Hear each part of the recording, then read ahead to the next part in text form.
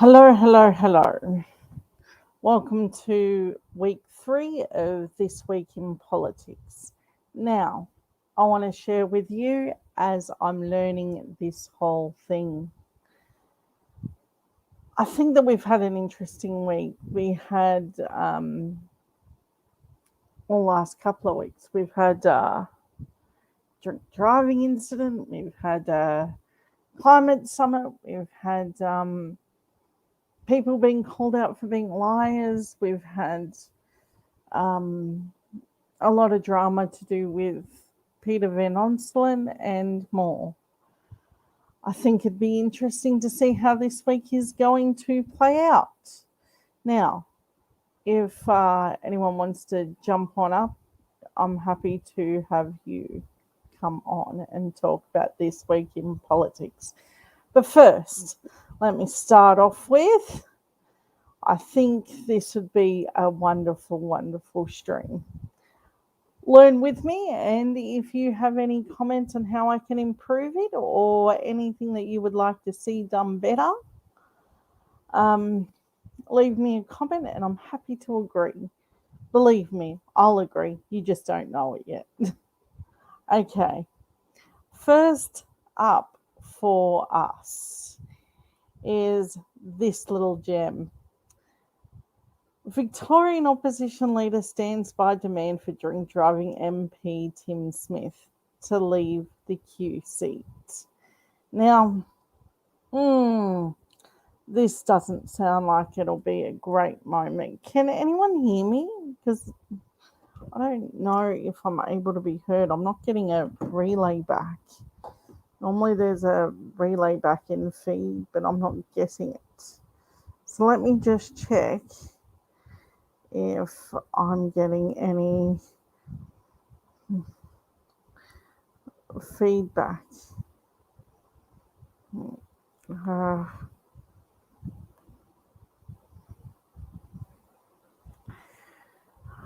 I can't even see if anyone's coming in yet.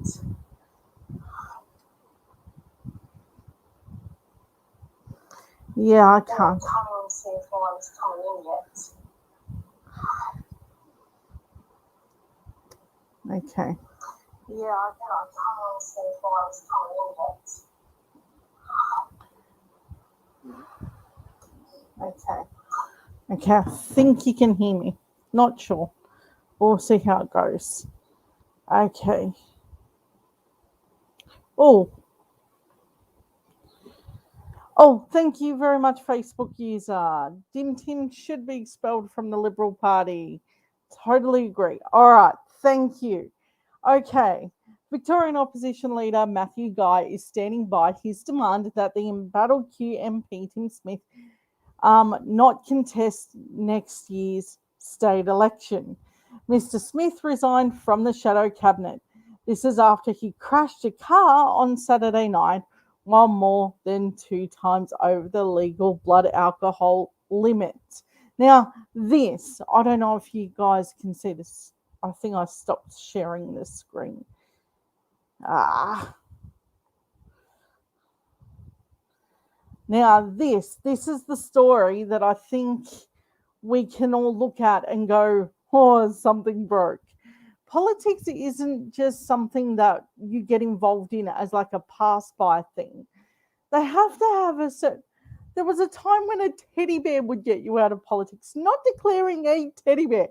We get all the way up to drink driving, near wiping out someone's house and, nearly killing other people, and they contemplate if they want to resign. What? Come on, this isn't funny. No one should be even having this conversation like it's real. We are an intelligent set of people. Why are we pretending like it was even optional for him to have this moment of, hey, maybe I will, maybe I won't? No.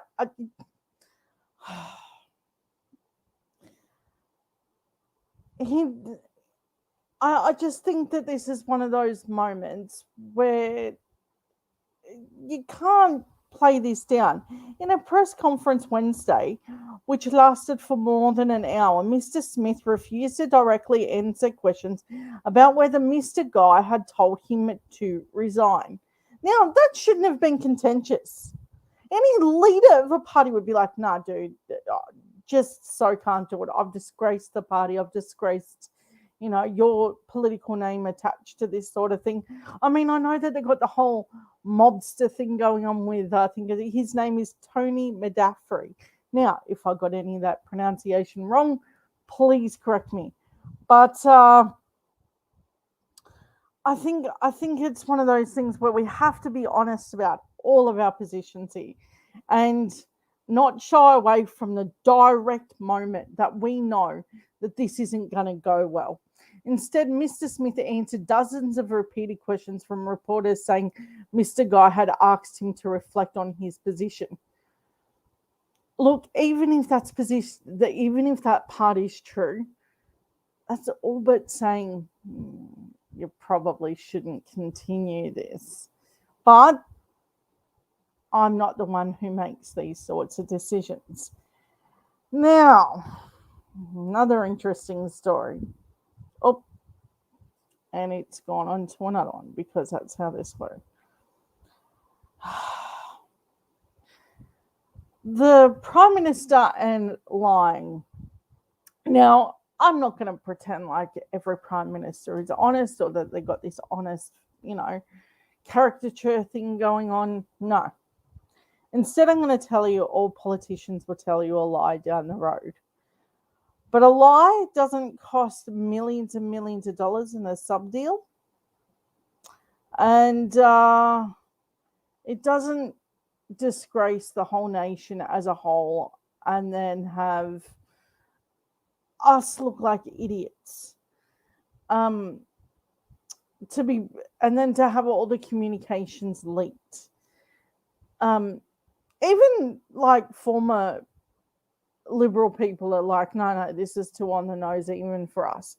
If you remember, there's that former QC that was saying, hey, this is looking pretty dodgy. And I mean, that's where we're at. I don't know why a picture of the little girl Cleo found is on that, but that's where we are. Oh, don't know what that is. And that's how you know I'm terrible at this, because I don't know what that was. Okay. So, here we go. I will treat all former prime ministers with respect. Morrison sidesteps terminal claims of a history of lying. Really? We're going to say that there is a chance that he was being honest? Absolutely not. We know damn well he has lied. And not just lied a little. He's lied a lot. So let's take a look at their take on it, because we know how nice Nine News is to the Liberal Party. So we'll get their take on how they think it should have been exchanged. Why can't I hear anything out of... Okay.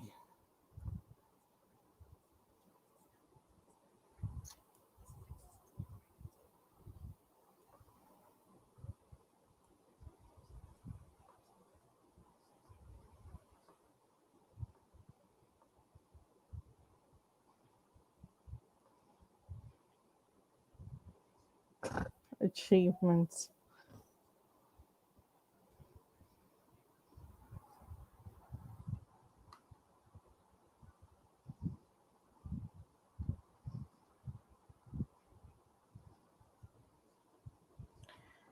Yeah.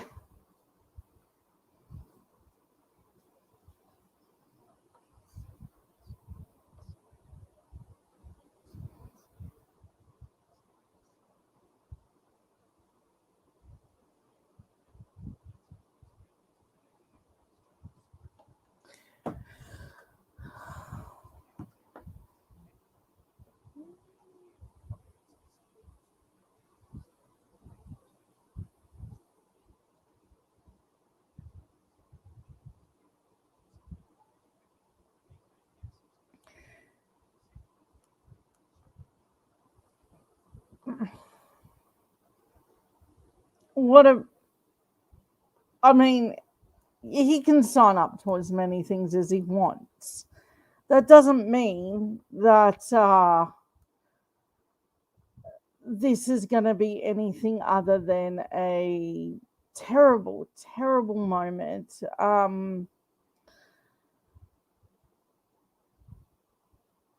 It was embarrassing. There's no reason for this level of embarrassment.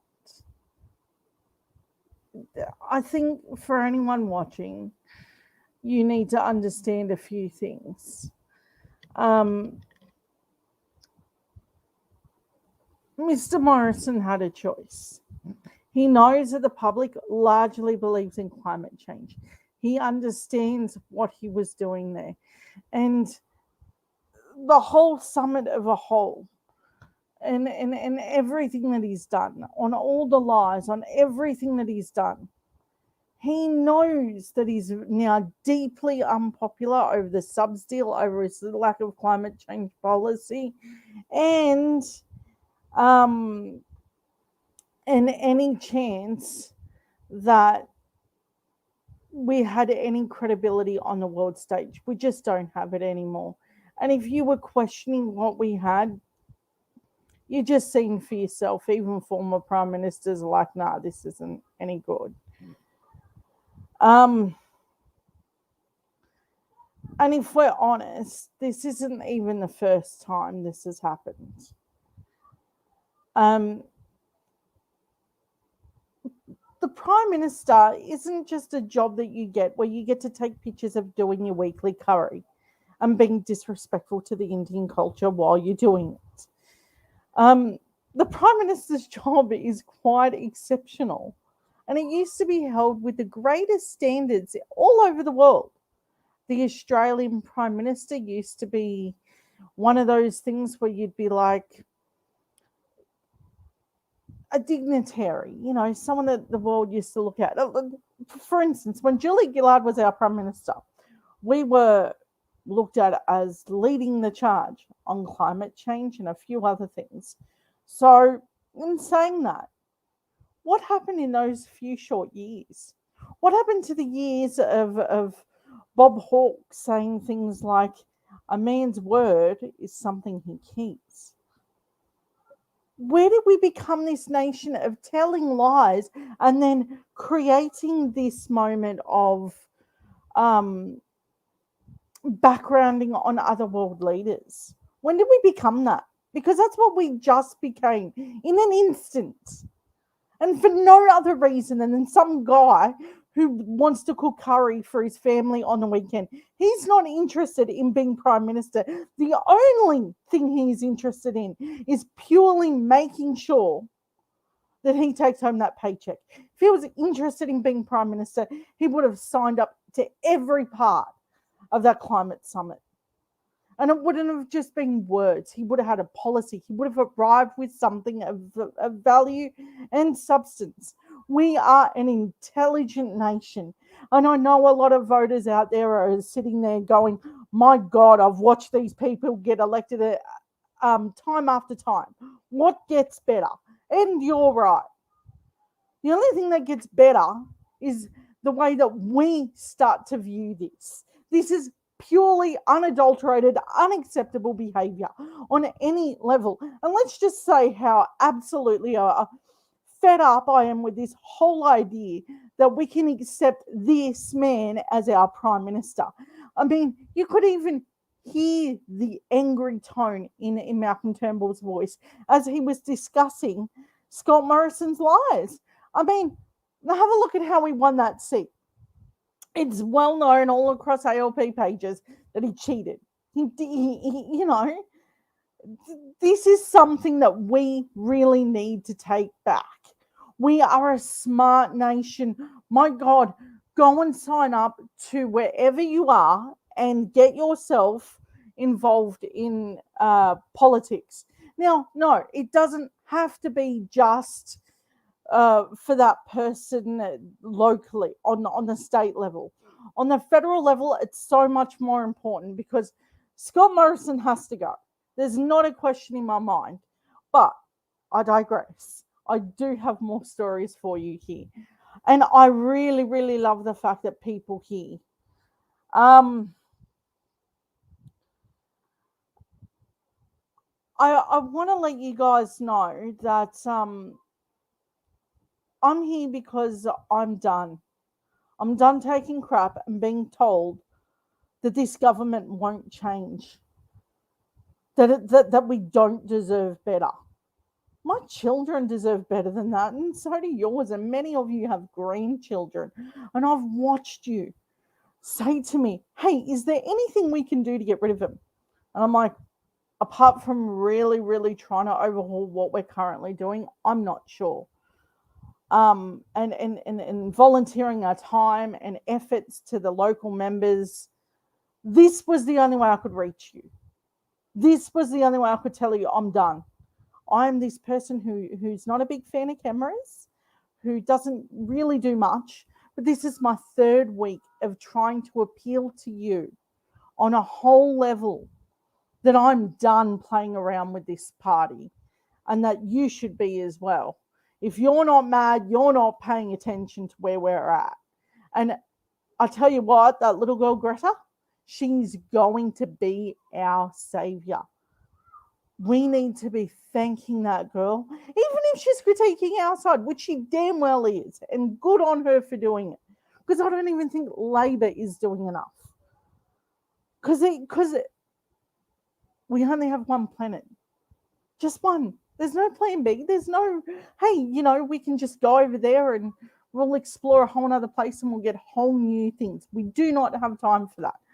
But I can tell you this, it's embarrassing to say to the rest of the world, we're left with an idiot that's lied about two different leaders and then dumped the information on both. Oh, I don't know what I just did. Okay, next story. Now,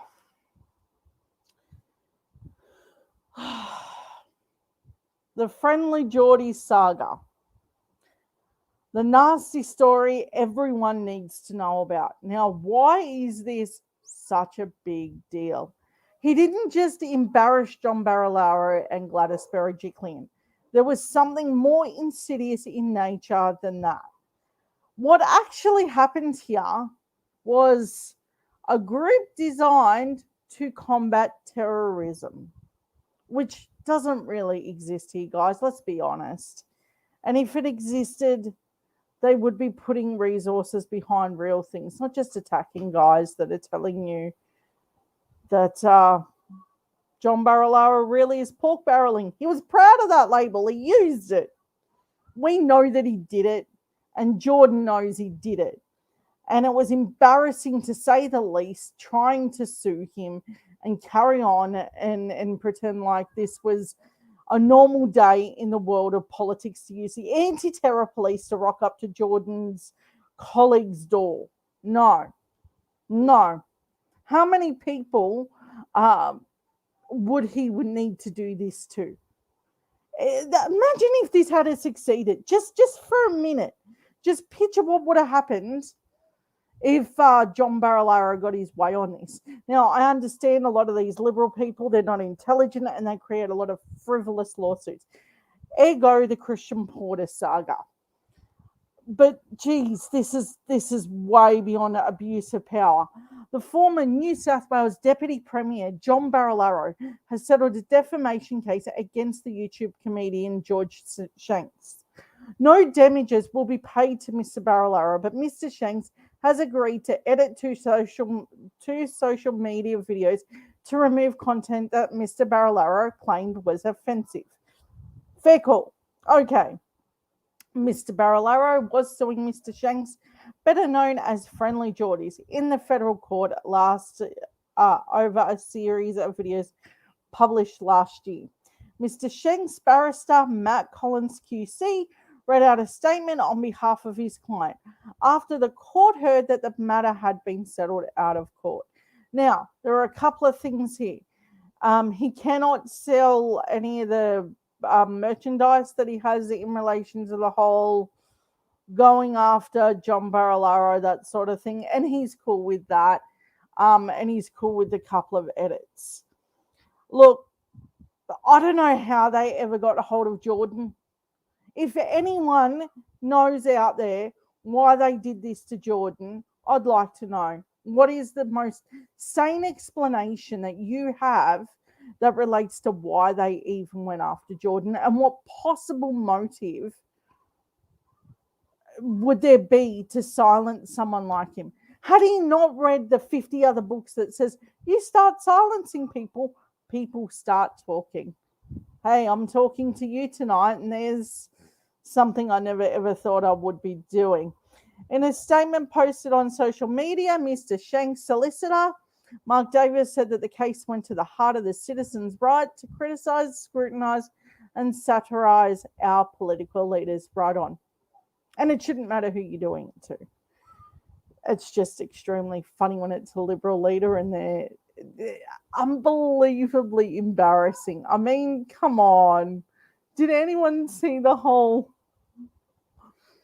memeing of the drink drive incident and everything else? That was pretty funny. The left are pretty funny people. I understand the serious nature behind drink driving and numerous other things. But let's be real about this. Jordan has an amazing way of saying things, and they're in ways that I can't articulate in to give it full credit. He needs full credit for what he does. He's funny, he's smart, and he's educated. And I think a lot of them just were lazy. Our media got lazy and stopped critiquing the government of the day. For whatever reason, this became the most popular stance to take. Back the Liberal Party no matter what they said or did. And even if it was demonstrably false, back it anyway. And repeatedly, Jordan has shown that our media is not up to par with what they should be doing. Very few media actually does what it should do and be fair and balanced about what they're doing. You have Michael West Media, which quite often Jordan uses, and I read a lot of as well. I believe, truly, that you can't have good government if you're not willing to criticize all of it. If you're not willing to put it all out, air it all out there, and then say, this is where we can win, and this is how we can get past where we are. We aren't silly. We can see the difference between a megally corrupt Liberal government using anti-terror police to go after friendly Geordies and and the difference with Anthony Albanese saying, hey, I don't want to punish journalists. It's probably not a good idea. And hey, you might want to have a climate policy and a daycare policy. And I'm not saying that, well, yeah, actually, I am saying that the two are starkly different. And in any mode, we deserve to have the government that really does put the people first and not just send anti-terror police to your bloody door for saying something that's remotely embarrassing for the government. How about the government stops being embarrassing and make it a good joke on its own? That's essentially what happened here.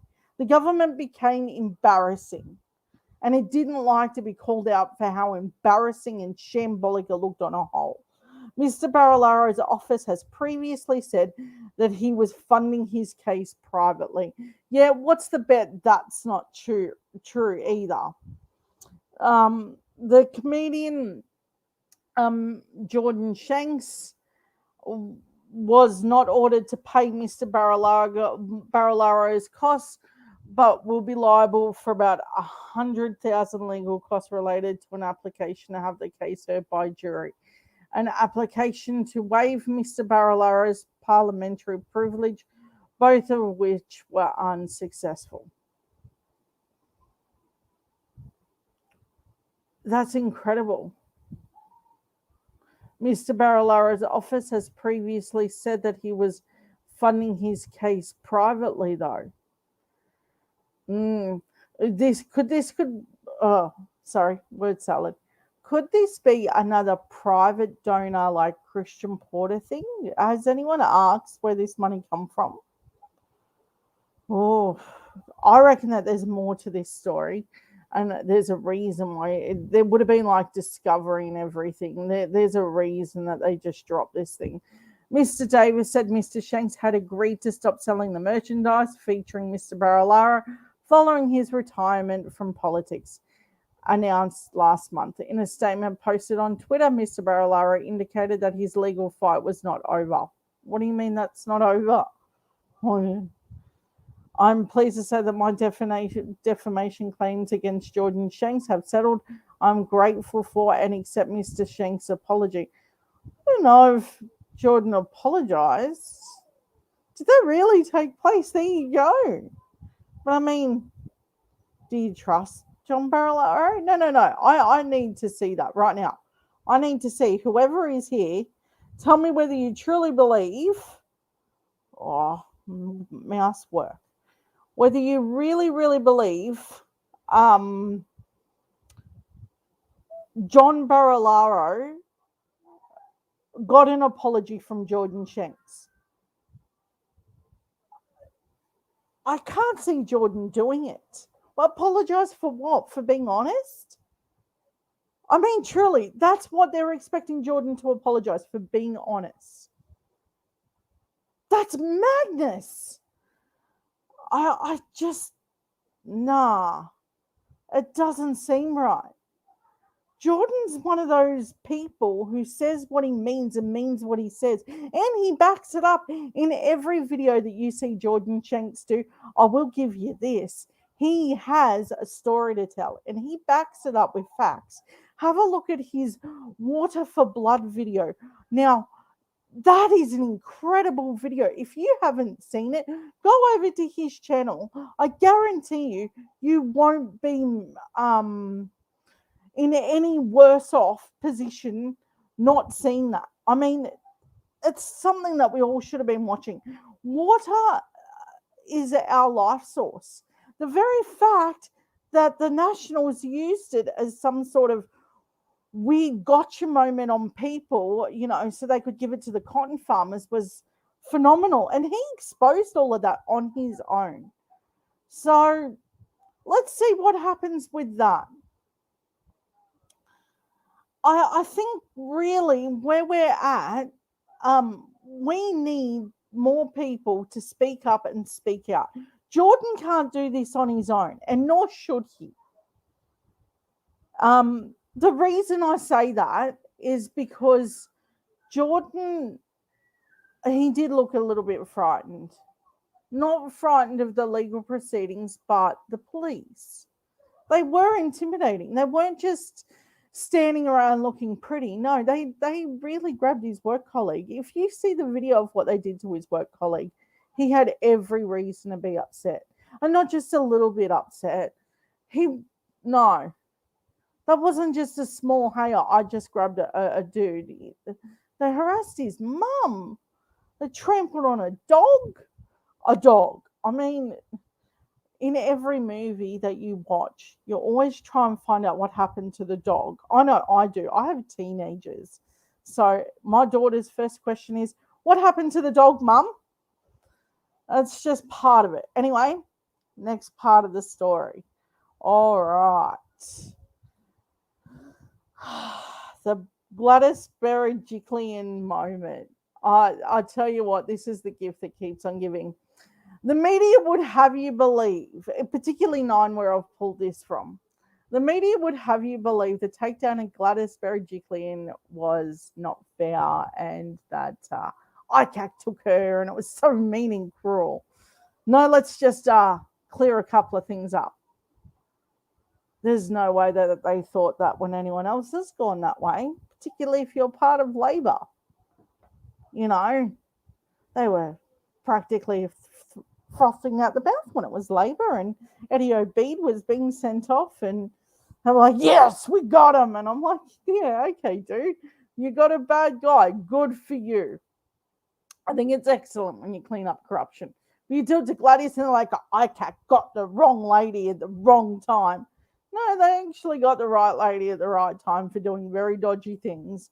And no, you can't call this a lady crushed with her broken little heart. No. What actually happened here was that she didn't want to know whether he was acting corruptly and whether she was handing money over to him in a very corrupt manner, and pork barreling and doing all sorts of dodgy things. Um, and I mean, this is an interesting part to find out. You've got to wait months to find out how that's going to play out. The new premier has called Dominic Perrott, I'm not a fan of him either, has called a state corruption commission to hand down its findings on former Gladys Berejiklian as quickly as possible. I think it's incredibly important. What I think he means is, I want you to do a 5 a.m. dump when no one is going to see it and talk about it, and that be the big news story of the day. The Liberal Party is great at those dumps. Seriously, I'm not just talking about the Engadine Macca's sort of one. I mean, like, actual dumps of news, and they sort of give you this whole shadowy figure sort of, we did tell you about this news, but it's sort of hidden behind other stuff. It's dodgy. I think that's what Dominic Perrott meant, because and it's sounding like she could have got him into a bit of trouble with some of this, and if she did, geez, he might end up having to face IPAC on his own as well. The former premier will have to wait till December 20th to learn the initial recommendations in her case. That will likely wait until the second half of 2022. That's a rather convenient moment, isn't it? The election will be running over, and hopefully it'll be before New South Wales votes again. I think that's in 2023. So hopefully the New South Wales people will sit up, pay attention, and then go, hey, yeah, this is bad. Let's not do this again. I intend to get on with my life and thank everyone for their support, Miss Berejiklian said.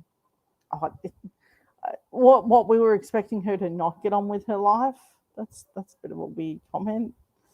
Okay. Mr. Perrott says he will wait to see the Commission's findings, but would not rule out changes to the ministerial code, but balked at limiting the number of private phones our MP or a minister may use.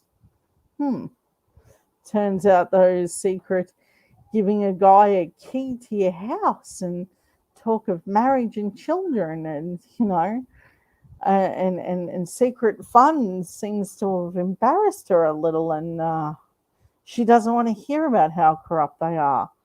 Knowing all those things, she can't have any more phones, according to these people.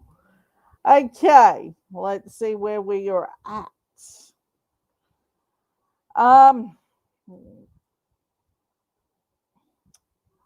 Okay.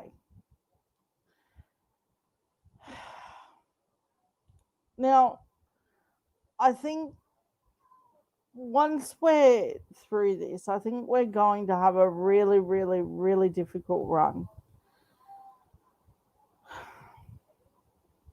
I want to go back to this story because I kind of feel like we're having a Trump moment here. I kind of feel like this is the moment where we're realizing on a world stage we're getting laughed at. I mean, he went to all of these things without a mask on. And if you've seen him when he was hopping off the plane with no one around and suddenly he's wearing a mask and pretending he cares about people. And I mean, I just want to go back up to this picture right here. Check out Macron's face as he's looking at Scott Morrison. He's got that stupid smirk on his face Scott Morrison does. Like, yeah, we're great buddies. No, Scott Morrison, you're an embarrassment. I kind of know how the Americans felt looking at Trump. I mean, I looked at this whole thing this week and I thought, geez, we're not going to look great at the end of this. Subplots are meant to be subtle, barely seen. They're certainly not supposed to become dominant.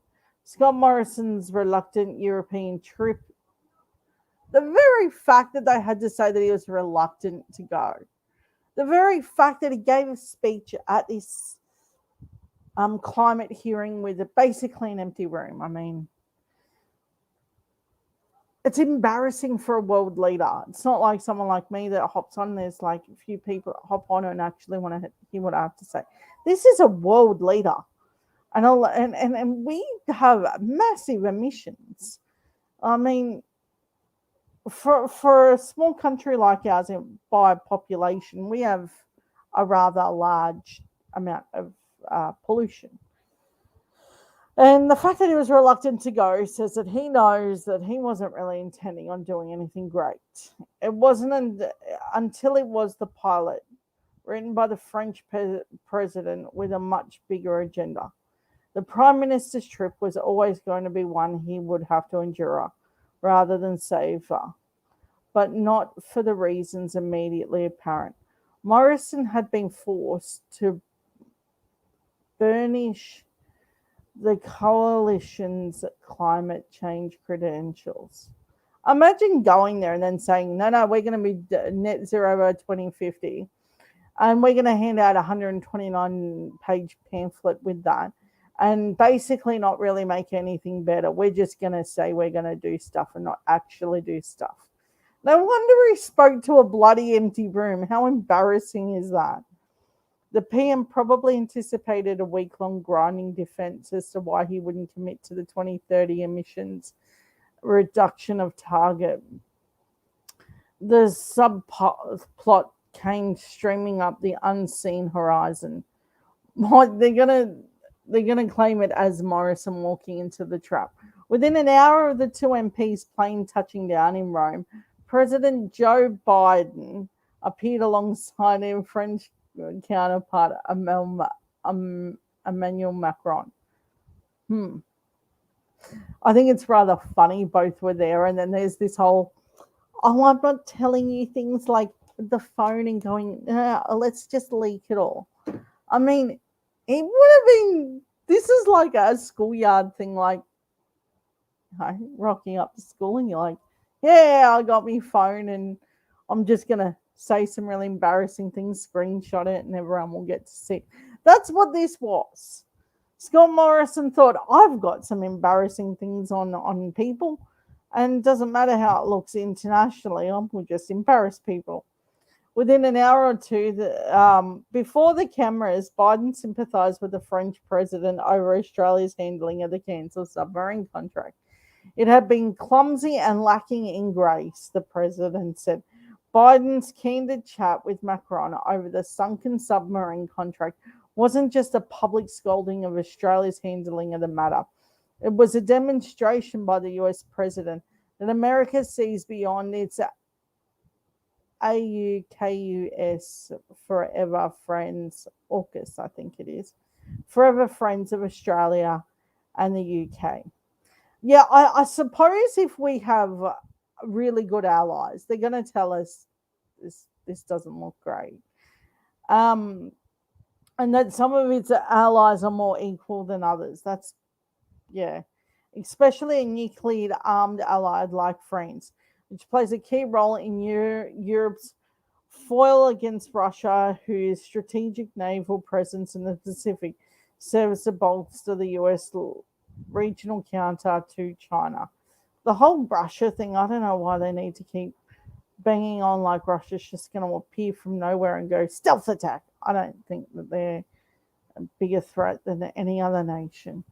Australian Prime Ministers have long revealed that their steadfastness of the US friendship, but has always been unequal in the relationship. Donald Trump may be the most recent president to champion the American first attitude, but it had always been there.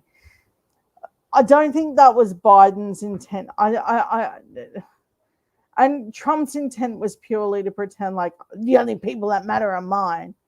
While everyone else is like, yeah, okay, dude, we all kind of matter, but this isn't how we should handle it. And I really think Biden handled it pretty well. And Mr. Morrison discovered that the politeness of Trump's successor only sugars the ruthlessness of the self-interest at the heart of the American project. Pretty true, though. They do have pretty brutal policies that sort of wipe us out, particularly when you have a look at what happened with the whole, we were having issues with China. We embarrassed ourselves basically, and America took up any embarrassment that we lost in our barley sales and whatever else because we just couldn't hold our tongues. Reasserting the alignment with a strategic ally in Europe has proven to be more valuable to America than any advantage that it may have gained from the toppling of a $90 billion naval contract. Let it be clear, Australia has made the right decision when it comes to our defence interests in going forward with a nuclear propelled submarine capability and doing it in a partnership with the United States and the United Kingdom, Morrison told reporters in Rome. Of course he did. Of course he told people, hey, this was the best decision that I could ever make. I mean, why would it not be? Because he gets to say it is. That's why. This is something that we need to be very, very, very careful of. And I actually think that there's a lot more at risk than this. We are a wonderful nation, and we shouldn't be left embarrassed by some guy hopping off a plane wearing a mask while he didn't the whole time that he was hanging around other world leaders. I just showed clearly around Macron and a few others. He wasn't interested in doing the right thing. All right, next story. How's everyone feeling? Hope everyone's doing good to enjoy this with me. We can learn this all together. I think this is going to be an interesting thing. Okay. And moving on from the whole thing, we need to talk about the speech that he gave. He addressed the world leaders in Glasgow with a speech in light of the commitments. It was heavy on spin, but it had no real part to it. He claimed the government is acting on climate change the Australian way. What the hell does that mean? Like we're this uniquely different country that somehow our emissions aren't a big deal? Of course they're a bloody big deal. It's embarrassing. However, based on the federal government's track record, their way of responding to the climate threat is very un-Australian and includes blocking of global collaboration on climate change, promoting the extension and expansion of fossil fuels like coal, oil, and gas, and refusing to set up ambitious climate goals. That alone should be awful. But let me go further. Our PM stood up in front of the world and effectively promised to do nothing. It was speaking spots at the COP26 were determined by the strength and the merit of each country's commitments, then the PM would not have been given the mic. Chief Climate Counsellor Tim Flannery, who has attended 5 previous COPs. That's really interesting. The PM claimed that Australia's emissions have dropped by 20% since 2005. The facts. 3/4 of Australian emissions reductions since 2005 have come from changes in land management. In other words, not cutting down as many trees.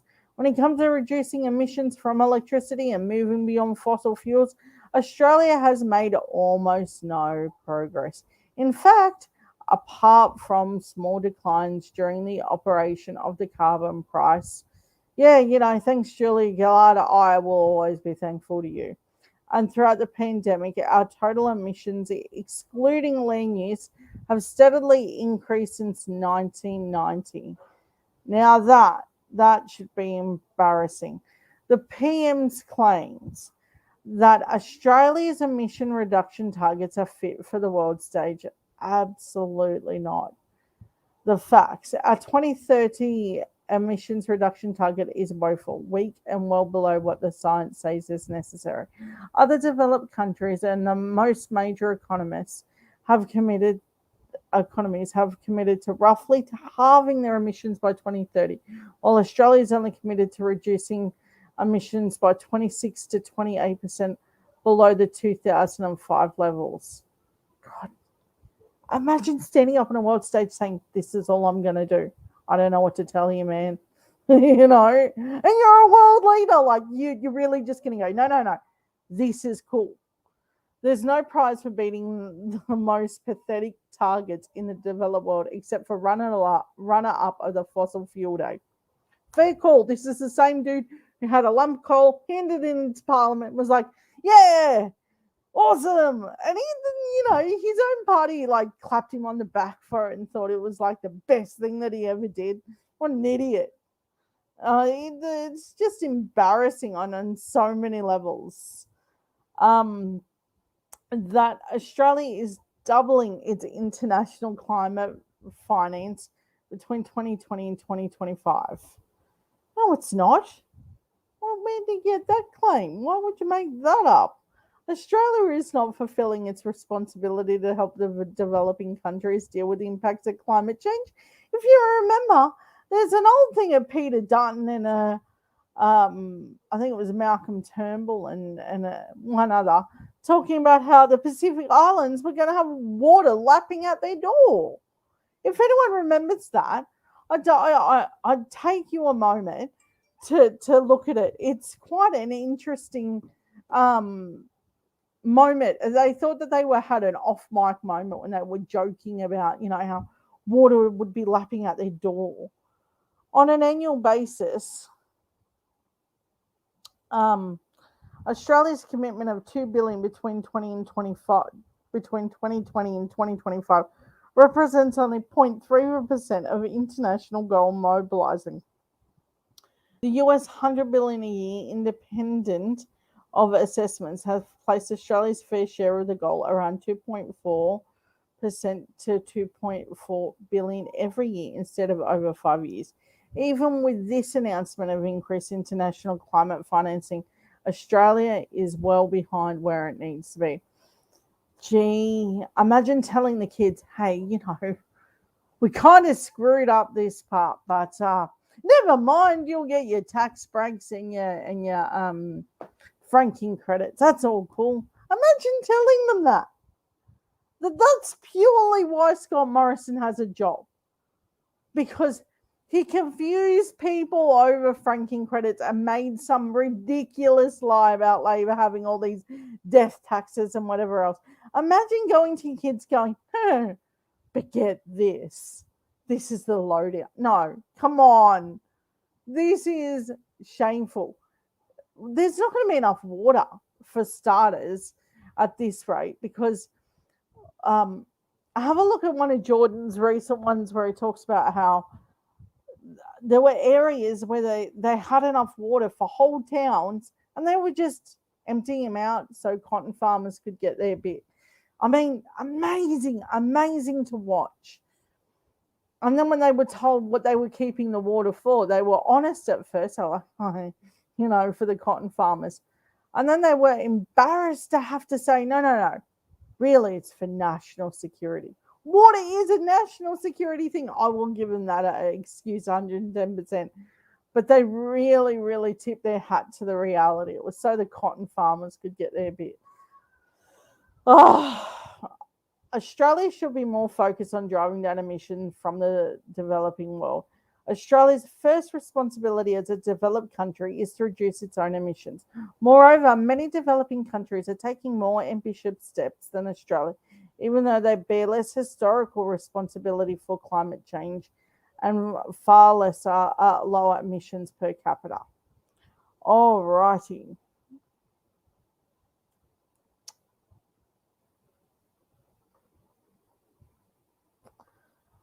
So this is where we're at, guys. This is purely what I want to tell you how it goes.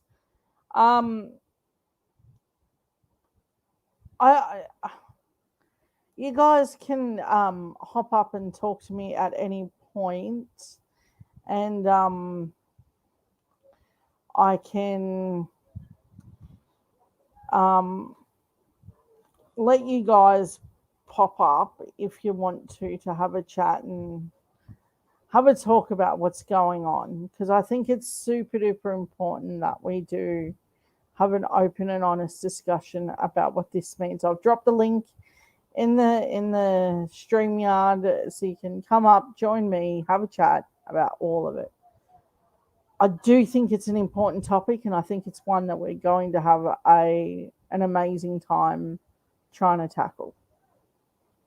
So, um,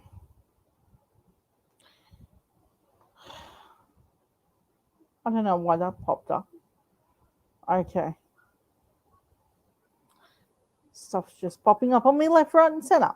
Okay, let's keep moving. All right.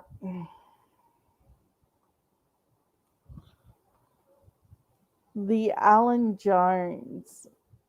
Jeez, this is a story that I never ever thought I'd say. I honestly thought the guy would have done it until his last days. It reminded me like of the Bert Newton kind of thing where, you just hear him say ridiculous things until their very last moment. And a lot of people like, you can't say stuff like that. And I'm like, well, if you're gonna lie about their real legacy, I think that's worse. I think Sky News firing him was more than just a ratings issue. I think the whole fight over the whole racing thing and bullying people and pretending like he was the guy who was making prime ministers. I think Rupert Murdoch just didn't like that kind of competition. Don't worry, there'll be like I'm really concerned that they're going to replace him with like someone like Steve Price or what's that guy Gerard. He goes on the what's it called, Insiders. The Gerard guy, he's awful. I can never ever remember his name. He's an awful guy. I'm really, really concerned that they take out something worse. There's something even more frightening. I mean, take a look at how awful Andrew Bolt is, and he's still got a job. They get so close to the line of saying the most ridiculous things, and then they're like, no, better pull back from that one. Am I sharing my screen? No. I think you need to see what I'm seeing so we can all see where we're at. The fact that Alan Jones lost his job, I got to tell you, I think everyone like slightly celebrated and had one of them sneaky drinks in the evening at their job. Okay, maybe that was just me. Not gonna lie, it was great because I don't know what he's gonna do after this. But then it sort of hit me. What happens now that Alan Jones is gone? I mean, will we get the Dominic Perrott style thing happen here? Where Gladys was worse, but the next guy comes along is way, way, way worse. So buckle up, people. This could get interesting. So H.D. Nelson called him and said that he's been pushed off his perch. Did I share this screen? Yes, I did. Over 36 years, Alan Jones become one of the most powerful and diverse socially destructive voices in Australian media that it's ever produced. We've never really had a voice widely across this country where it's really for the people. I mean, anyone drop down in the comments if you've actually seen a voice that speaks to the people, for the people, and, really rally cries the people into a safer, better position for itself. I mean, I'd be super interested to see if anyone has actually seen anything positive come out of this, because Alan Jones was like the Ray Hadley type. It was so incredibly toxic, and I mean, you look at him on a whole, and it's not great. And I think that that's the really, really sad part. So Let me know what you think, if there has been anyone so far that you think has really changed this nation for any better. Any journalist that you can say that has captivated as many people as Alan Jones has for this amount of time.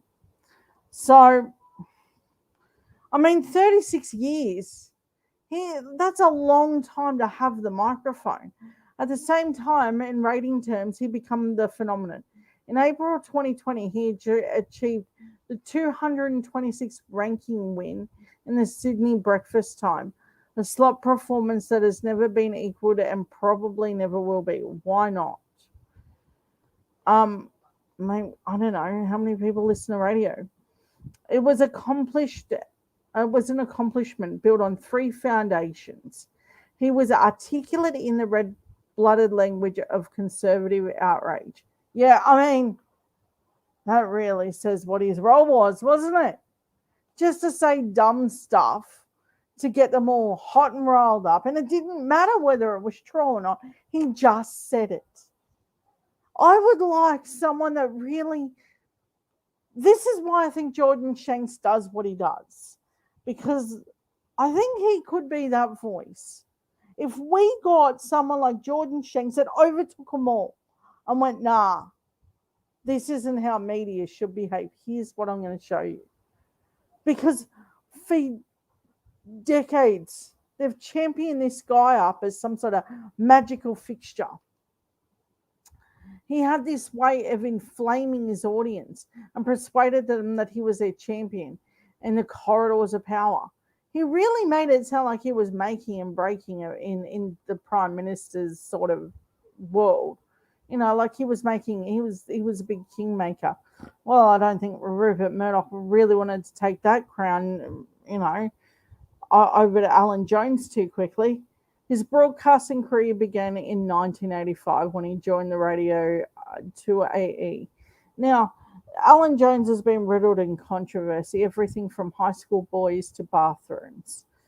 I don't need to denigrate this program by telling you anything that you already don't know. But here's the real thing. None of that has affected his career. Fundamentally, he has come out of this as some sort of shining white knight for the right. And it's an appalling and indecent assault on everyone that he has just created this massive culture war of untruth, like the Andrew Bolt of his era. Because he had the same powerful steam in him as Andrew Bolt. You look, they cry like little babies whenever they're caught out. See the glitter bomb on Andrew Bolt? That was hilarious. But he's like, no, you've offended me. Okay, dude. I'm cool with that.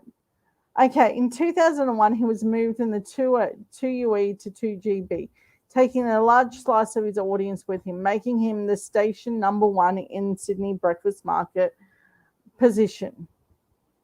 It has recently regained after sleeping briefly when Jones left in May 2020. For a long time, he was politically untouchable. I think for a long time, no one should have been near him. This is in 1999. He was caught up in what became known as the cash for comment scandal. His evidence ensuring that Australian Broadcasting Inquiry was dismissed by the council. Hey, side note, what's that? I've never heard of that. That's a new scandal. Okay, hey, don't do that. Okay, I'm going to go back to the other thing, but I haven't heard this one. Okay, talk show hosts admit to taking money from businesses to silence critics. Jeez, this was a story buried in nowhere. Who heard of this one? Hey, guys, this is real. I have not heard this one before. Someone let me know if they've heard of this one. I haven't. This is okay. Two of Australia's best-known broadcasters whose audience delivered them high ratings for huge incomes and political clout have been exposed in an embarrassing cash for comment scandal. Sydney's commercial radio station TUE admitted that it had breached the commercial radio code of practice by unwittingly allowing two stars to present as news and what reality was paid promotional material for their future at the station is now uncertain. I'd imagine one of them is Jones. Oh, John Laws,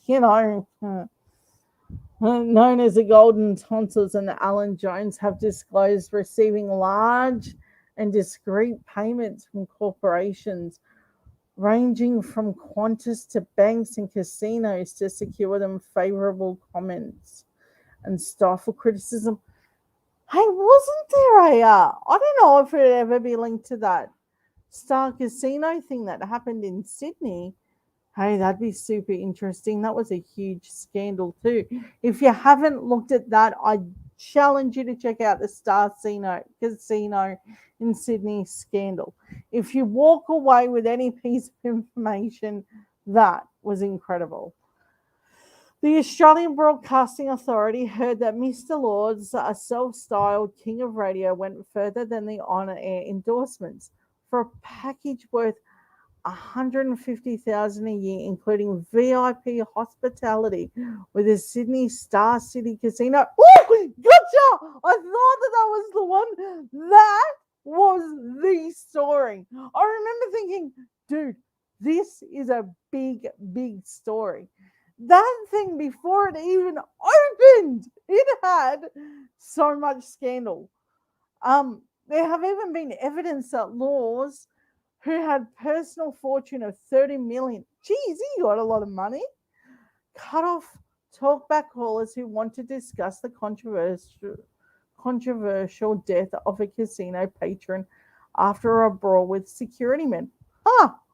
So they were like, no, we're just gonna selectively edit you out. So on par for the right to do. They just do this stuff and then they're like, I don't know, you didn't say anything. I mean, I didn't even know that this story existed. That's amazing. There has been evidence that Laws, who is a personal, hold on, Alan Jones, former coach of the Wallabies, which I didn't know that rugby union team, was caught promoting the latest product from telecom company Optus, which paid him about $45,000 a year, only a day after the station's boss warned against airing free plugs for sponsors. Oh. There is no suggestion that either man has done anything illegal if they have breached the industry's self-regulation system. Who actually oversees this stuff? And who actually enforces it? Is it like a government body, or is it like a self-regulating thing, or is it like with the cops where they just investigate themselves and then tell each other, no, you did nothing wrong, awesome. I mean, how does that work? Mr. Jones, who is no stranger to controversy, said himself, money is not worth two bob if your integrity is up for grabs. Well, clearly it's worth something. Both shock jocks, as they were sometimes known, to appeal to the core low-income, ambitious audience called the battlers of Struggle Street. Yeah, I mean, this is so amazing, the correlation between these big billionaires living in mansions saying, no, I get you. I get where you're from. No, in all honesty, they don't. They haven't lived a day in their life where they're worried about how they're going to make ends meet. They don't know about the ones that have got 2 or 3 jobs just to put food on the table and haven't seen their kids for very long after a long day of shift, if at all, in some cases. The battlers have always been known, I have been getting money. Yeah, sure. I'm sure that you're completely honest with those people. I mean, not like you started a Cronulla Riot or anything, Alan Jones. I mean, that's the thing. These people have created actual moments in history. We can look back and know that was just purely awful. He denied he'd done anything wrong. Nobody said, Mr. Law said, nobody suggested I've broken any law. But you would have to think from the controversy it was first class industrial espionage or industrial rape. Wow. Wow, that's really intense language. Oh, how's that being received? Industrial rape. That's okay, dude. That's that's that's not a word I'd like. Huh. It's a bit cringy. Okay.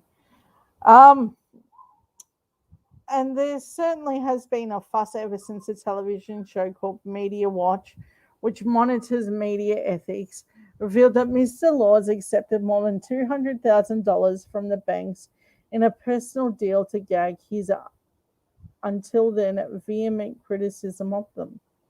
Oh, that's a lot of money to be like.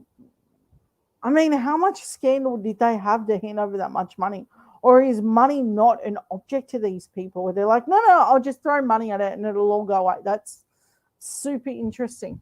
In a segment called The Whole Story, Laws read scripts provided by the Australian Bankers Association.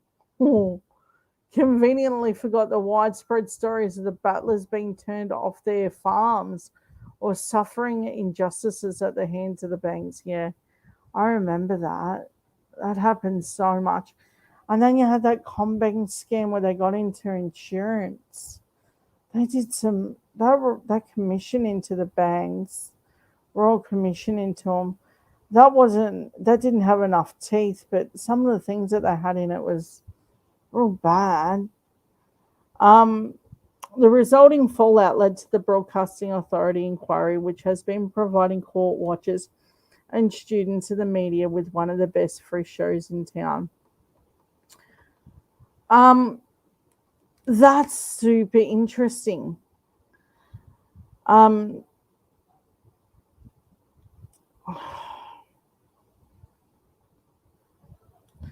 in 2000, um, I didn't know that Alan Jones did events for John Howard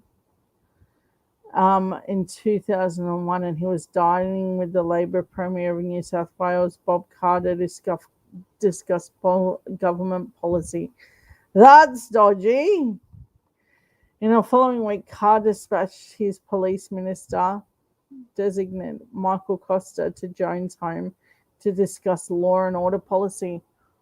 Oh, that's not good. None of that is good. Just absorb what he did. You're getting policy on law and order from a shock jock, from the same dude that was like, no, no, no. Let's make the Cronulla Riots happen. Let's get people riled up about things that you just, oh, that's as Trumpy as it gets. That's awful. For his part, Howard used Jones' program to reach an audience segment known as Howard's Battlers. Geez, they didn't take much to shift the debate, did they? Occupants of what Jones called Struggle Street of Western Sydney suburbs. Look, I grew up a bit in Western Sydney, and I can tell you, I wouldn't be listening to Alan Jones for anything in the world. You know, he didn't speak to anyone that was in my neighbourhood. I tell you now, those sorts of neighbourhoods, there's no way that he could quote they had $30 million, you know, in a tiny housing commission area. You know, good luck to him. That's when I was pretty little, though. To the extent that he was able to put the issues of the audience directly to the likes of Howard, John Carr Jones was indeed a voice for the otherwise voiceless. No, he wasn't. He was a voice for the many rich and the corridors of power, whether they had any effort in voting intentions in other questions. Author of the social researcher Rebecca Huntley has written that after 15 years of research, she had not found Jones to be any more influential with the voters than ABC's radio or the Sydney Morning Herald. I don't know. He bullied people a fair bit. Didn't someone put his phone number on the Opera House after the whole racing scandal, if I remember? No. I could be thinking that wrong. For a long time, 2GB, he was commercially untouchable. In 2007, oh, geez, I went too far down it, and that was. Um, he was found by the Australian Communications and Media Authority to have breached a radio code of practice by inciting violence against the people of the Middle East. And yeah, see, this is what I was talking about. The Cronulla Riots is embarrassing. I remember thinking, what bonehead is going to turn up to that? Apparently, a lot of them. And I think there was a group called the Bra Boys or something stupid. You know, you don't hear from these idiots anymore. They're the Army Yemenis of 2005. That's who they are. Idiots. The ACMA characteristically decided that it was sufficient to enter in a dialogue with 2GB. In 2012, he said Julie Gillard, who was the Prime Minister, should be put in a chaff bag. I forgot about that. And taken out to sea and dumped. Oh, geez. At the same time, he made a speech in the Sydney University at a Liberal club where he said Gillard's recently deceased father had died of shame, and at the lies his daughter told. Oh, geez, he's really awful. He's really awful. In the aftermath of this, the social media pressure on the big advertisers such as Harvey Norman, Big W, and Mercedes-Benz was so intense that Jones' employee Macquarie Radio suspended all advertising with the show to take the pressure off them. In 2019, Jones told Scott Morrison, who had by then become known as 2GB Prime Minister, what? To shove shock jock down the throat of New Zealand Prime Minister Jacinda Ardern. I remember that. And everyone going, why would you threaten to shove a sock down the throat of the New Zealand Prime Minister? He was outraged when Ardern had said that Australia would have to answer to its nations of the Pacific on climate change. Oh, let's take a listen.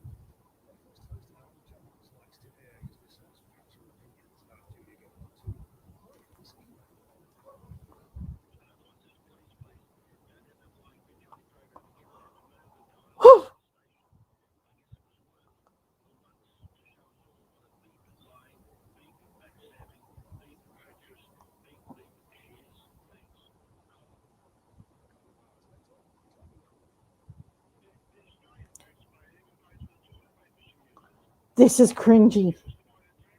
And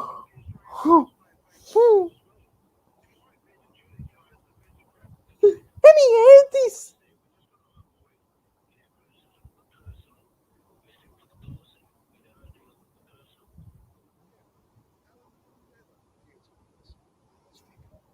Jeez.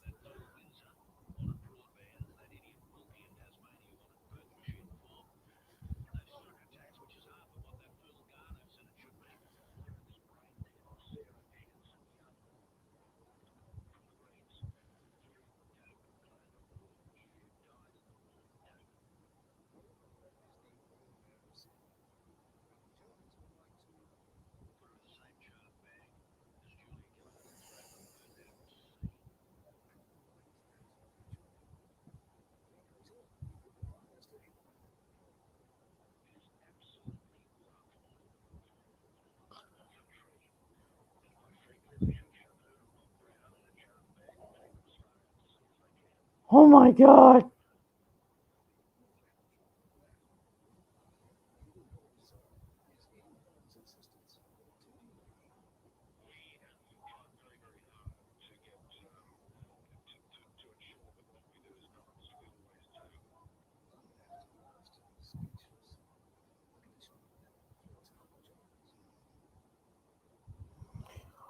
Oh, I didn't expect to be showing that.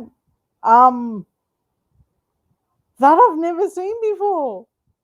Let me know if someone's seen that one before. That one was okay. Oh, I didn't know that he said it like that, and I didn't know that he did it so repeatedly. Did anyone else? That's news to me. Oh, oh, that was so bad. That was so cringy. I probably should have watched that first. Oh, geez, that was a little bit much. Okay. If anyone has a complaint they want to lodge about that little one, let me know. I'm willing to work with you. That went a little bit more beepy than planned. I didn't think it'd quite go like that. Okay. This time, advertisers boycotted the Jones show in droves, costing 2GP an estimated 50% of the show's revenue. Macquarie Radio was getting sick of him. In addition to these advertising losses, in 2018, he had cost the network 3.75 million in a defamation action suit. What was that for? Oh, I remember this. I remember that. I didn't know that he had this much of a controversial. I knew that he'd said a few things, but this is um. He said something about the Wagner family. Over I think it was the 2011 floods in Queensland up here.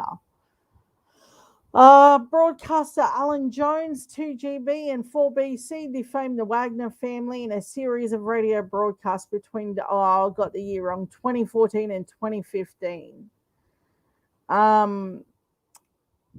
The Supreme Court in Brisbane has found the Toowoomba-based Wagner family has been awarded $3.57 million. They wouldn't have loved handing over that money. Following a 7-week judge-only trial, Peter Flanagan found that 2GB and Jones published 27 broadcasts which conveyed extremely serious defamatory allegations. Oh, hey. Sorry. Those allegations included that the Wagner family were responsible for the death of 12 people, including 2 children. Yeah, 2011. Grantham Floods, where a quarry wall owned by the family collapsed. The court also found the broadcaster alleged that the brothers had illegally built. Hold on. I just want to see if it's still going well. Yep. The court also found that the broadcaster alleged that the brothers had illegally built the Wellcamp Airport and had stolen airspace from an Oki Army base. Jones and 2GB tried to argue that many of the allegations made by the broadcaster were substantially true and others were fair report of the Grantham flood inquiry. Yeah, but except not, and it costed them a lot of money to say that stupid stuff. Justice Flanagan found that in a separate broadcast on 4BC in February 2015, Jones made allegations that each of the 4 brothers tried to persuade the Premier Anastasia Palaszczuk that any suggestion that they covered up the 12 deaths of people was a conspiracy theory. Jones also alleged that the brothers were corrupt businessmen. Jones and 2GB will be required to pay the Wagner family more than $3.3 million in addition to the Brisbane station 4BC. Jones will also ordered to pay the family more than $440,000. Journalist Nick Carter was also sued, but the defamation claims against him were dismissed. So this had wide-ranging implications. The judge found that his comments were vicious and spiteful. In a 253-page judgment, Justice Flanagan said that Jones was motivated by a desire to injure the brothers' reputations. He said Jones's conduct was unjustified because of the indiscriminately vicious and spiteful wording used. Mr. Jones' willful blindness to the truth and falsely defamatory accusation. Justice Flanagan said Jones' argument that he did not hate the Wagners was wholly contradicted by the content and broadcast email exchanges to the Qantas chief, Alan Joyce. Now, if I remember, Alan Joyce had his own little scandals. In 2014, Jones wrote that Mr. Joyce to express his disgust that the airline had agreed to fly the Wagners built Wellcome Airport into Toowoomba. Mr. Joyce told Jones that the offer was commercially attractive, to which Mr. Jones wrote back, Alan, I fear we're on a collision course. Of course, these people will bribe you to go out there. Justice Flanagan said that the seriousness of the defamation meant that there needed to be a substantial award in damages to signal the public vindication of the plaintiff's reputation. Geez, we all thought Clive Palmer had a weird, controversial moment, which he does. But this is... Speaking outside the court, Denise Wagner said he and his family had faced vilification by Jones for 7 years. That went on for 7 years until we commenced the action. Mr. Jones' malicious attacks were on our character and our family were unrelenting. The comments Alan Jones made had described by the judge were unjustifiable. We decided to take a stand against their abhorrent, vicious, and deceitful, spiteful behaviour. You know what? Good on the Wagners. I mean, he shouldn't have been allowed to do it. I mean, we really need to discuss how they handle this stuff. This isn't like a small comment that he went whoopsie with. This was, 12 people died. This was no whoopsie. I may have gotten that wrong. And he didn't retract anything. If you notice, Alan Jones has to have this moment of, I just get to say it in a verbal diarrhea way and no one, gets to have their feelings hurt or their reputations ruined. I mean, I can remember repeatedly, numerous times when he'd attack Labor people and suddenly they'd be out the door. But I didn't realise that he actually went after families too, which is quite the issue that we've got. Just want to put it out there that I have left the StreamYard link in the comments if anyone wants to pop up and have a chat about anything. Just let me know. I know people get nervous because I do too.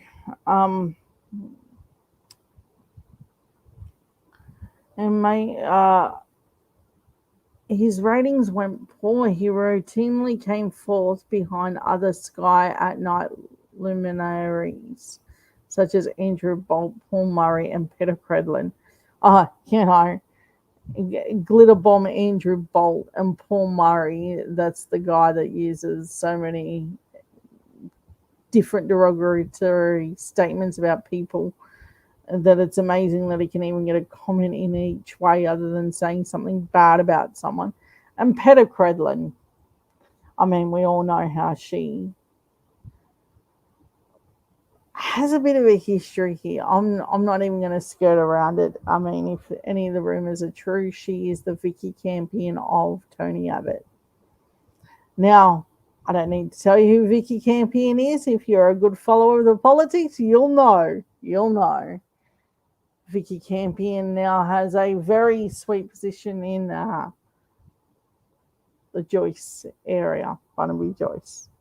I think Peter Credlin was kind of looking at the same sort of deal.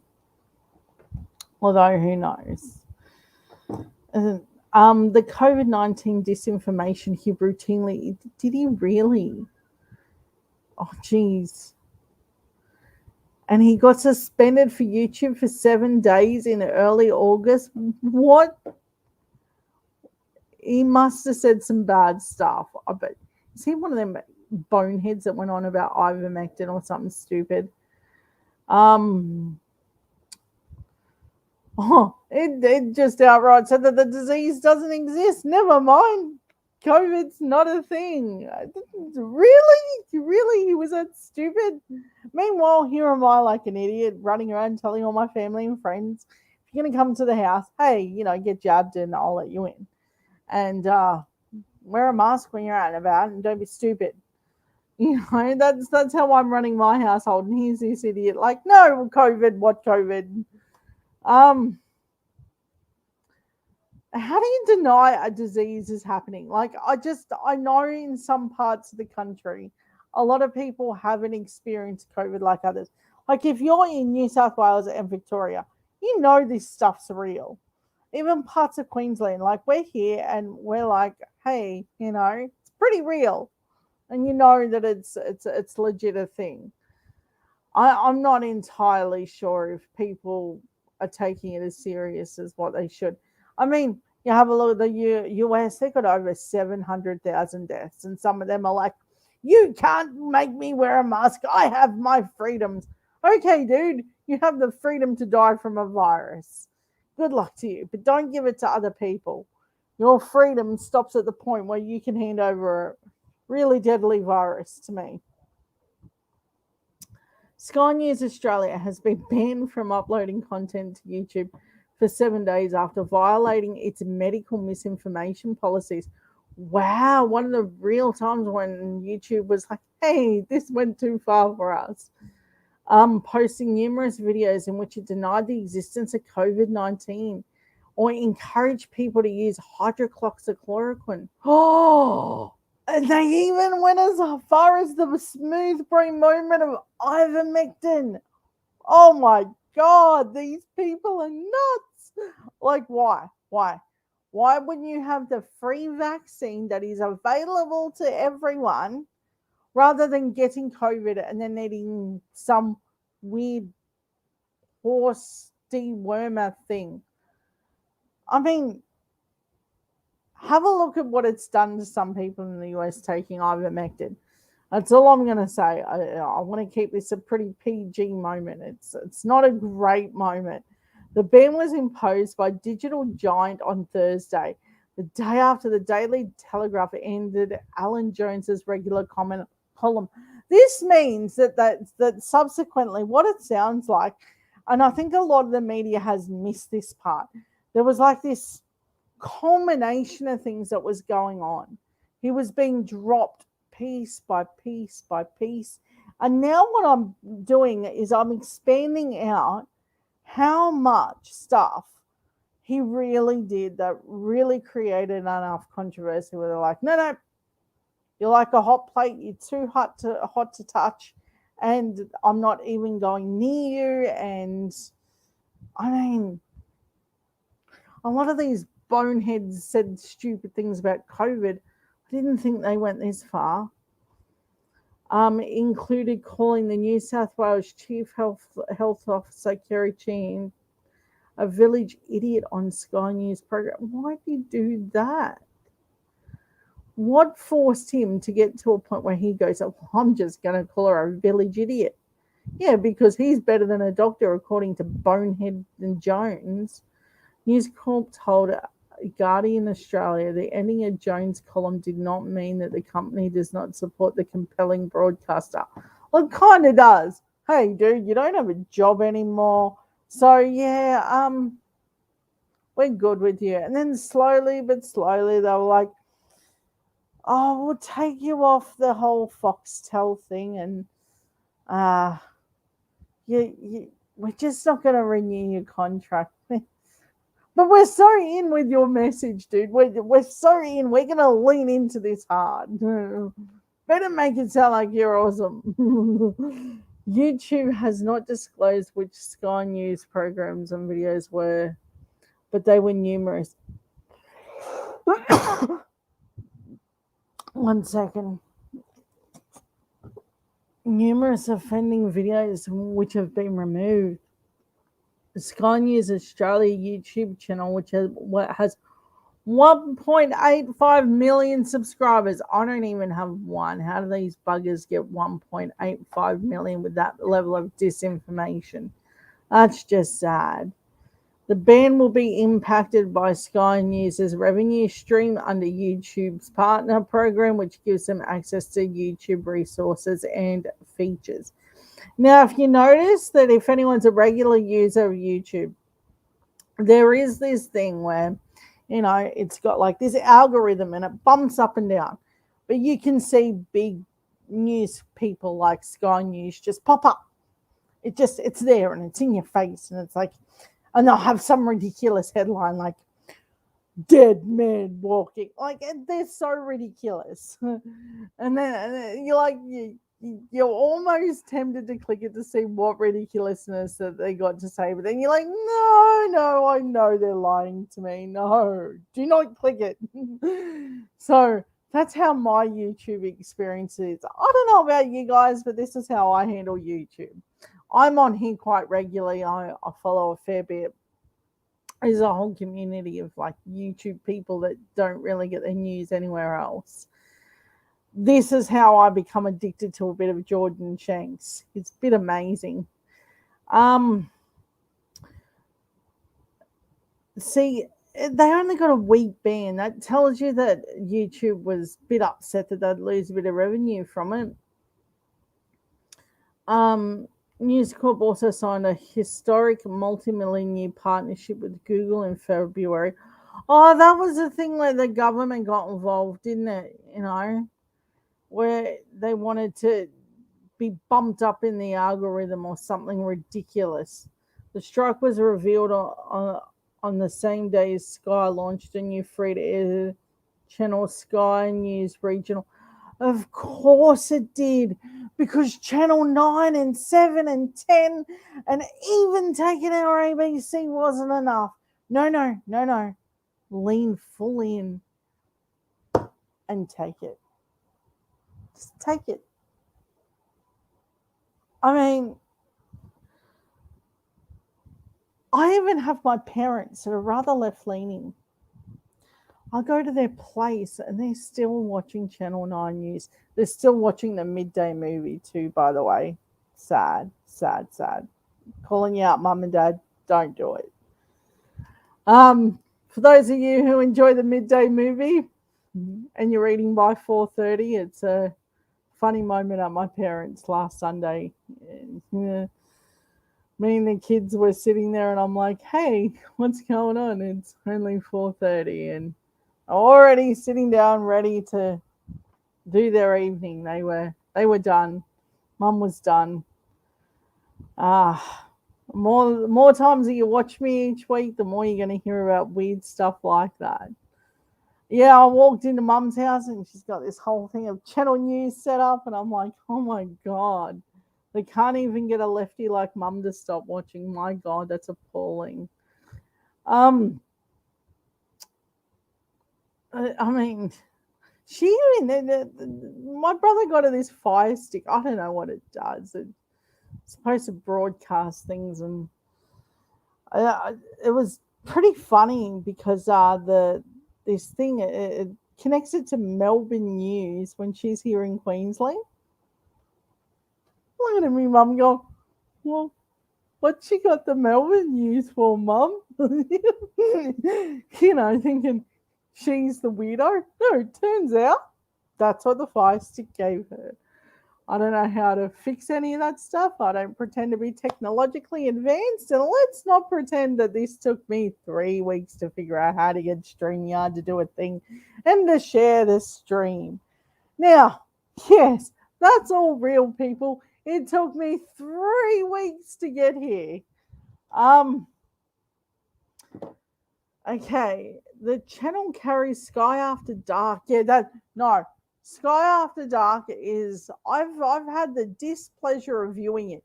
It is the worst of all viewing. It's like watching hate. The best way I can describe it is watching hate for no good reason and very angry people about positions that they're not really well versed on. Like the moment that you challenge them slightly, they just fall to pieces. They're done. Which is why they vet their audiences and stuff. Like when they did have live audiences for some of this stuff, they were like, no, we're not going to have real people. We're going to have people that love us.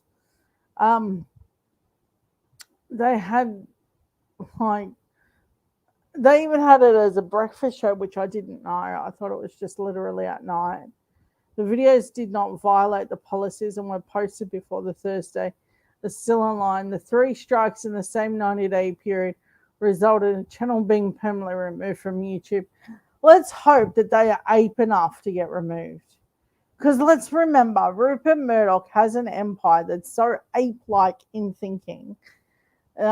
Somehow it appeals to all these people, and somehow they have it playing at airports and bus stations and even your local Maccas. If you spend a bit of time in one and you got the kids. And I can tell you, it's a bit appalling to see it. I don't know how they manage to get all these places to air them. The video, let's hope that they do get a permanent ban. I have seen some YouTubers go for less. We're clear and established COVID-19 medical misinformation policies based on local and global health authority guidance to prevent the spread of COVID-19 misinformation that could cause real-world harm. YouTube spokesman for The Guardian Australia.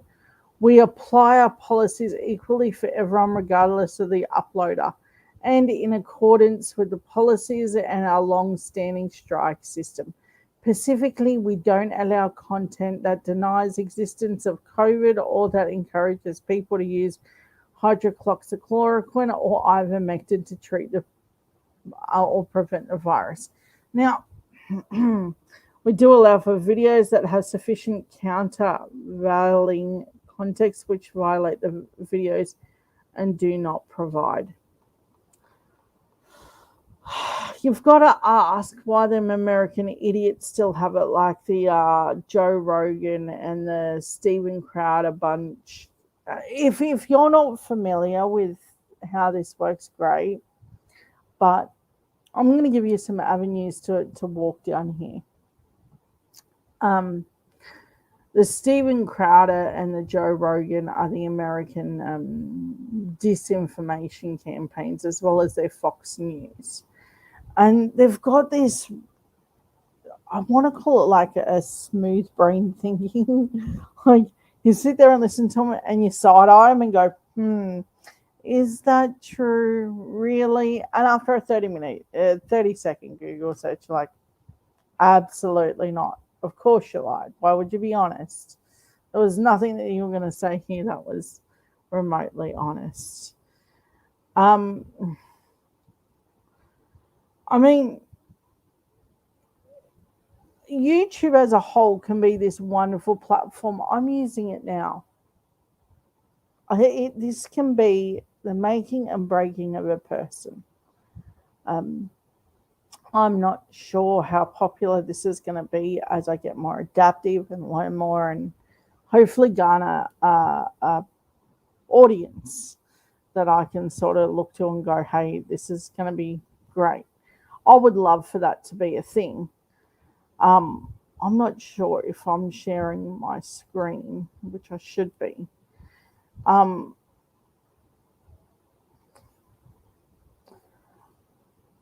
Here's the thing.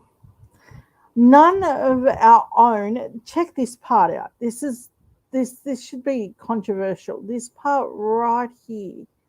None of our own media groups media watchdogs took any substantive change to what they did.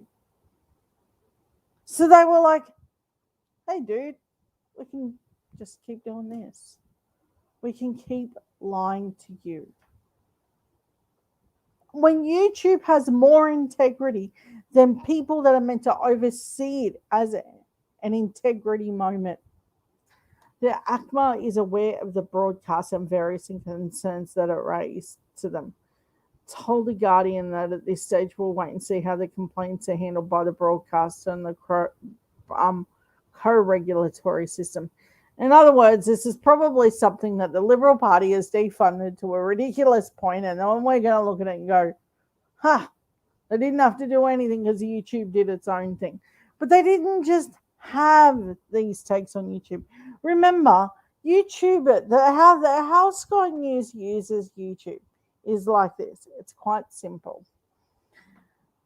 They have a program, and then they broke it up into two to anywhere from 5-minute to 20-minute slots. They cut and paste a lot of the takes that they have.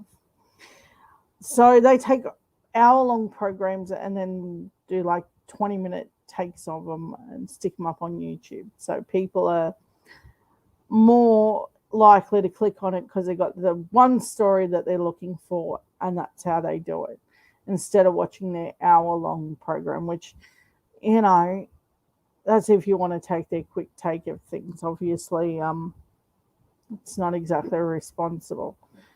So they would have still had it up on their Foxtel, Sky News sort of thing. And these media bodies were like, we'll see what YouTube does. But they would have kept that up. Like, this would still be on their playlist. I would imagine it still exists. Sky News Australia said it expressly rejects claims that any host ever denied the existence of COVID, and that no such videos are ever published or removed. Now, that's to come out with a statement saying it rejects that it ever denied the existence of COVID after they proved that they said those particular things. That's a little weird. But now they're like, no, the videos are gone now. So what videos were removed then? I'm sure that they're willing to just lay it all out. The broadcaster said a review of the old videos published to the channel had uncovered material that did not comply with YouTube's policies. YouTube does have a lot of policy, particularly around what you can get subscribers for and how you get paid and all that kind of thing. Friendly Geordies talks about it all the time, which is why he had to create a Patreon and all those other things. It's not something I know much about, but I know that there is a way to make money off this. I'm not really sure how it all works, but I think this will be like a much later discussion down the road, as if, if this actually launches the way that I plan it in my mind. I mean, how do they get to deny that this even took place? This isn't unusual for the Sky News Murdoch empire to do. To go, no, you got it all wrong. See, I'm not denying the reality. I'm just gonna sweep it under the rug and take away the evidence. Sky's YouTube channel has grown in 2 years from 70,000 subscribers to 1.85 million, which is higher than the ABC. Yeah, because they ruined the ABC, didn't they? They put Ida Buttrose on the running of it, and she's turned it into the Liberal Party, wet dream moment. One of the most popular videos with 4.6 million views is Jones Australians Must Know the Truth. The virus is not a pandemic. Jesus. He really went in hard on this, didn't he? Which posted at the height of the pandemic. I mean, how do they go from, it didn't really do this, to few moments later, where there's 4.6 million views of him going, there's no pandemic. Why would it be a pandemic? On the 19th of July, Sky News was forced to apologise for Jones. Of course it was. in an interview with the MP Craig Kelly. Oh, Craig Kelly! Oh, what a great intersection. The woefulness of Craig Kelly, where he just says whatever he wants, joins Clive Palmer, and together they're the duo of. Because Clive Palmer brought hydroxychloroquine. I don't know how many people know that. And he wanted the government to pay him for it. I don't know whether they actually did, but I do know that he did want them to pay for it. Um, he claimed that the Delta variant was not dangerous and vaccines won't help you. Because of course he would have a stupid thing to say like that. You watched, you get ads on YouTube where you got Clive Palmer running around saying, "You can't vote for these people." You know, everyone but him. He thinks he's being honest. Honest? Okay, dude. You're the dude that was part of the Liberal Party. I don't think your credibility is anywhere. Same as Pauline Hanson. Whenever you hear her talking, just call her a liberal. They can call themselves whatever they like now, but their roots are very clear. And they're awful. The video was removed and a lengthy apology was published on the Sky News website. Okay, let's refer back to this. I didn't say it. Okay, so what do you apologize for? See, they do this stuff and it's like they smack themselves in the face and then they're like, I don't know what I'm saying sorry for. Of course. YouTube is an important platform for Sky. I clicked on something. More extreme the video, the more popular it is. In other words, the more bonehead takes that you have, the more views that they get. Is that what I need to do? Say stupid stuff until someone's like, "Yeah, I'm going to watch that girl. That'll be awesome." Earlier this week, he was dumped by the Daily Telegraph's Jones 80. Is he really 80? He's up on the ladder. Geez, if I get that sort of run, I'll be thrilled. Pointed to his success on the platform. Have a look at Sky News YouTube, Sky News Facebook. Oh, they're on Facebook too. No wonder they were like gaming the system so bad. So they were like everywhere. They were like this creeping little infection. They're a little bit worse than COVID because they were literally everywhere. You couldn't just sort of inoculate yourself from this sort of venom. They were literally everywhere. Facebook, you can see, and told his viewers the same column that I write for as the telly goes up on my Facebook page. So he was using one to back off the other. 100 to 1, it's not actually him that does it. Like him, he's probably, like me, he's probably got some teenager going in the background. What did you touch? That's literally how all of my conversations go before I start this. With one of my children going, "Mum, what did you touch and why did you touch that? I told you not to touch that particular thing. That's why you stopped it." I mean, if you want to hear more about my ridiculous family moments, it's up to you guys. There's about 10 minutes left, so let's see into how much this is really going to be part of what we're going to learn over the next few weeks. I think the election is going to be called. Here's why I think that.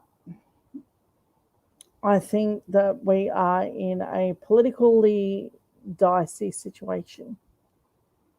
I don't think that this is something that we can ignore. I took me and the kids to a climate change rally. I heard a 10-year-old beg people to take climate change seriously. A 10-year-old.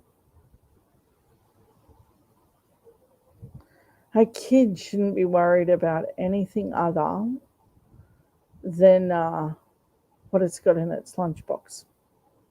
Shouldn't worry about whether it has a future. If you're wondering tonight and watching this on one of these platforms, I'm wondering why I'm doing this.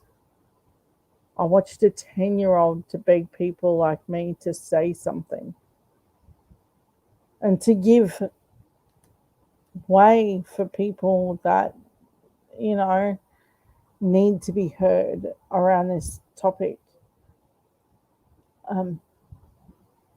As a mother, you couldn't sort of walk away and not think, I suppose as any parent or any aunt or uncle or grandparent, you couldn't walk by that and pretend like this isn't a thing.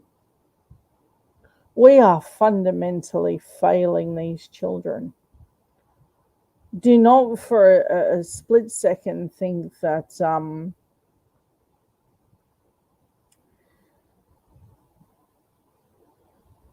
we're not responsible for what happened here.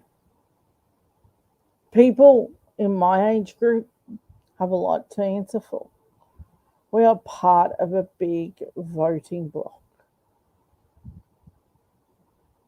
And not only is it big, but it's powerful.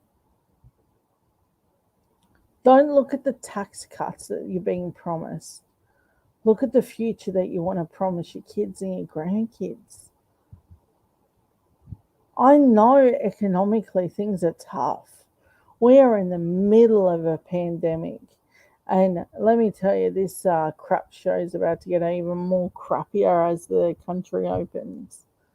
You see each state rile itself up into this idealistic view that we need to be open yesterday kind of deal. And, you've got governments relenting and saying, no, we've vaccinated you to the best of our ability.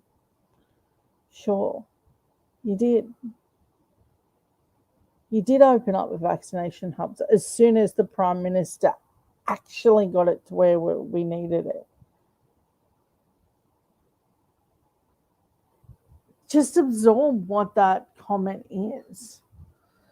We aren't sitting in a time or space where governments are acting in a way where they know that we can beat this virus. They're now saying, no, sorry, not only are we not going to beat it, but we're going to kill it with a vaccine, which I think that's a little bit of a deceptive point.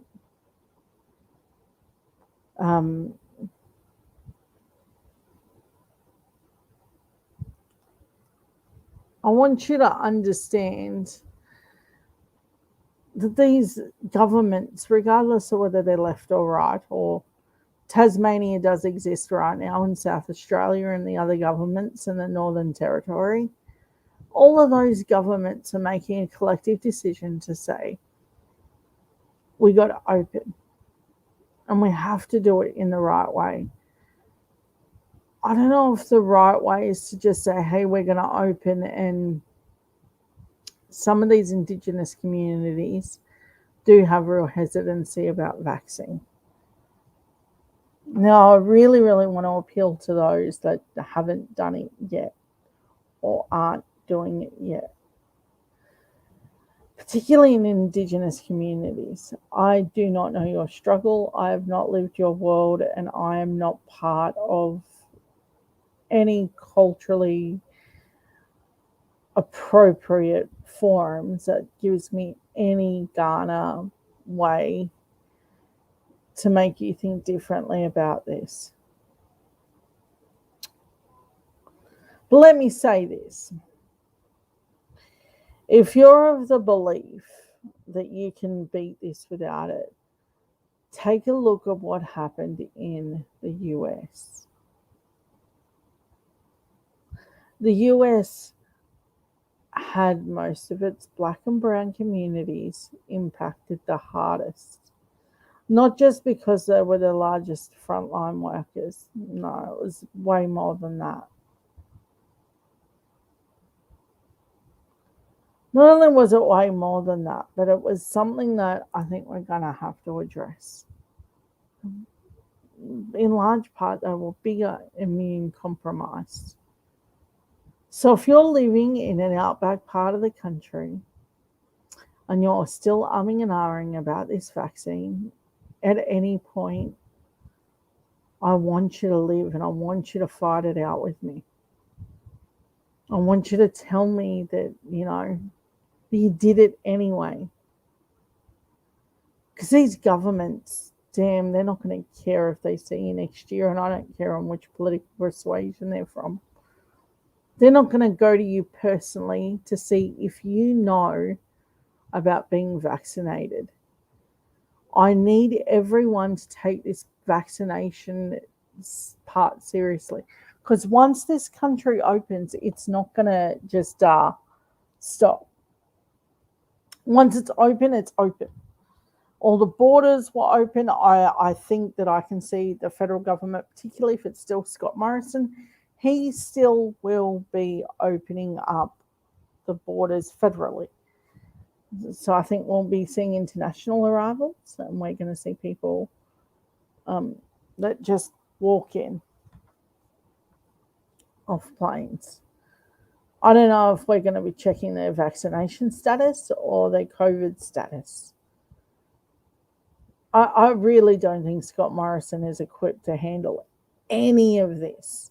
Let me be fundamentally clear. This is the same guy who put pressure on Anastasia Palaszczuk for wanting to keep Queenslanders safe and called New South Wales, which, look at the crap show that is, as some sort of magical gold standard, while at the same time equally attacking Victoria.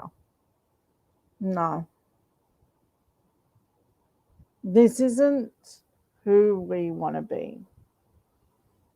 We want to be the sort of society that looked at each other and know that this is something we did as a nation and we did it together. I've gone out of my way to take not only people in my household, but ones of my children's as well. I've gone and picked them up and taken them to the hub and said, look, I'm going to bring more people because I need to bring more people. If you've got a loved one that's questioning and the science behind it, just ask them. Do you know what's in anything else that you've eaten? Do you know each compound breakdown of anything else that you've eaten? My guess is no.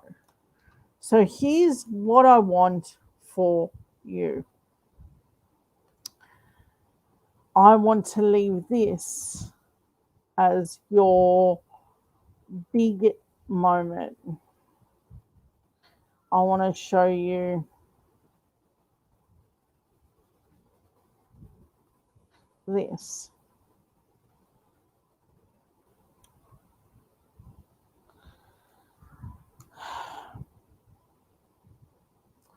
Get vaccinated. Get both jabs. And if you're eligible for the booster, take that too. This virus doesn't have enemies. It just has hosts. And it doesn't care which background you come from. And right now, it's got a lot of support amongst people that are low information based. And a lot of people that are scared and concerned. The anti-vaxxer movement isn't small. By any stretch of the imagination, you can almost go through any time in history and find unadulterated, stupid view takes that they've got. If you don't believe me, there is a doctor that was struck off in the 1980s. Trying to link autism to vaccinations. No such link exists, nor has it.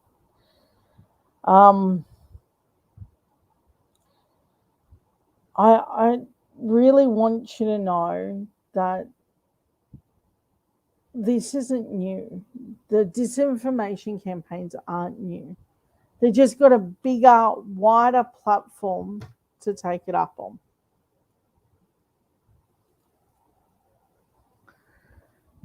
And as these platforms give bigger voices to simpler takes and more of an uninformed base, remember, stick to what you know. I'm not going to know what virology is. I haven't studied it for years.